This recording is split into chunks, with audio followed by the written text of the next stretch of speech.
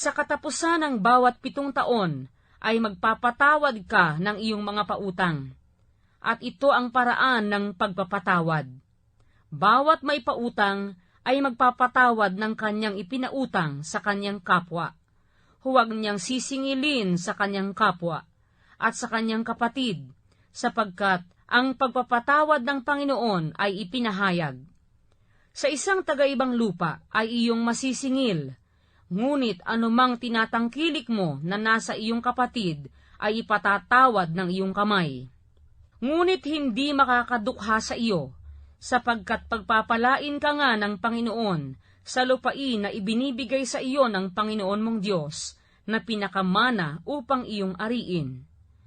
Kung iyong didinggin lamang na masikap ang tinig ng Panginoon mong Diyos, na isagawa ang buong utos na ito na aking iniuutos sa iyo sa araw na ito, sapagkat pagpapalain ka ng Panginoon mong Diyos na gaya ng ipinangako niya sa iyo, at ikaw ay magpapautang sa maraming bansa, ngunit hindi ka mangungutang, at ikaw ay magpupuno sa maraming bansa, ngunit hindi ka nila pagpupunuan.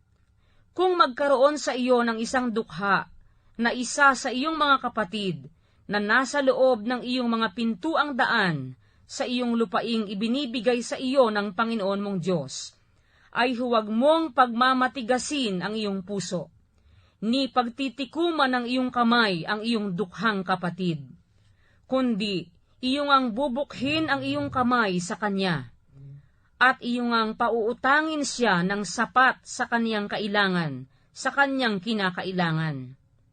Pag-ingatan mong huwag magkaroon ng masamang pag-iisip sa iyong puso, na iyong sabihin, ang 7 taon na taon ng pagpapatawad ay malapit na. At ang iyong matay magmasama laban sa iyong dukhang kapatid, at hindi mo siya bigyan, at siya'y dumaing sa Panginoon laban sa iyo, at maging kasalanan sa iyo. Siya nga'y bibigyan mo, at ang iyong puso'y huwag magdamdam pagka binibigyan mo siya, sapagkat dahil sa bagay na ito'y pagpapalain ka ng Panginoon mong Diyos sa lahat ng iyong gawa, at sa lahat ng hipuin ng iyong kamay. Sapagkat hindi mawawalan ng dukha sa lupain kailanman, kaya't aking iniutos sa iyo na aking sinasabi, bubukhin mo nga ang iyong kamay sa iyong kapatid, na nagkakailangan sa iyo at sa dukha mo, sa iyong lupain. Kung ang iyong kapatid na Ebreyong lalaki o babae ay ipagbili sa iyo, at maglingkod sa iyong 6 na taon, at sa 7 taon nga ay iyong papagpapaalaming laya sa iyo. At pagka iyong papagpapaalaming laya sa iyo, ay huwag mo siyang papagpapaalaming walang dala.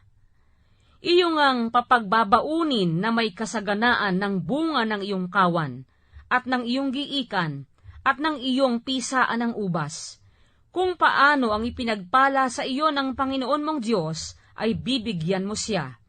At iyong aalalahanin na ikaw ay alipin sa lupain ng Ehipto. At tinubos ka ng Panginoon mong Diyos, kaya't iniutos ko sa iyo ngayon ang bagay na ito. At mangyayari na kung sabihin niya sa iyo, hindi ako aalis sa iyo, sapagkat iniibig ka niya at ang iyong bahay, sapagkat kinalulugdan mo siya, ay kukuha ka nga ng isang pangbutas at ibutas mo sa kanyang tainga sa pintuan, at siya'y magiging iyong alipin magpakailanman. At sa iyong aliping babae man ay gayon din ang iyong gagawin. Huwag mong mamabigatin pagka iyong papagpapaalaming laya sa iyo, sapagkat ibayo ng kaupahang magpapaupa ang kanyang ipinaglingkod sa iyo sa 6 na taon.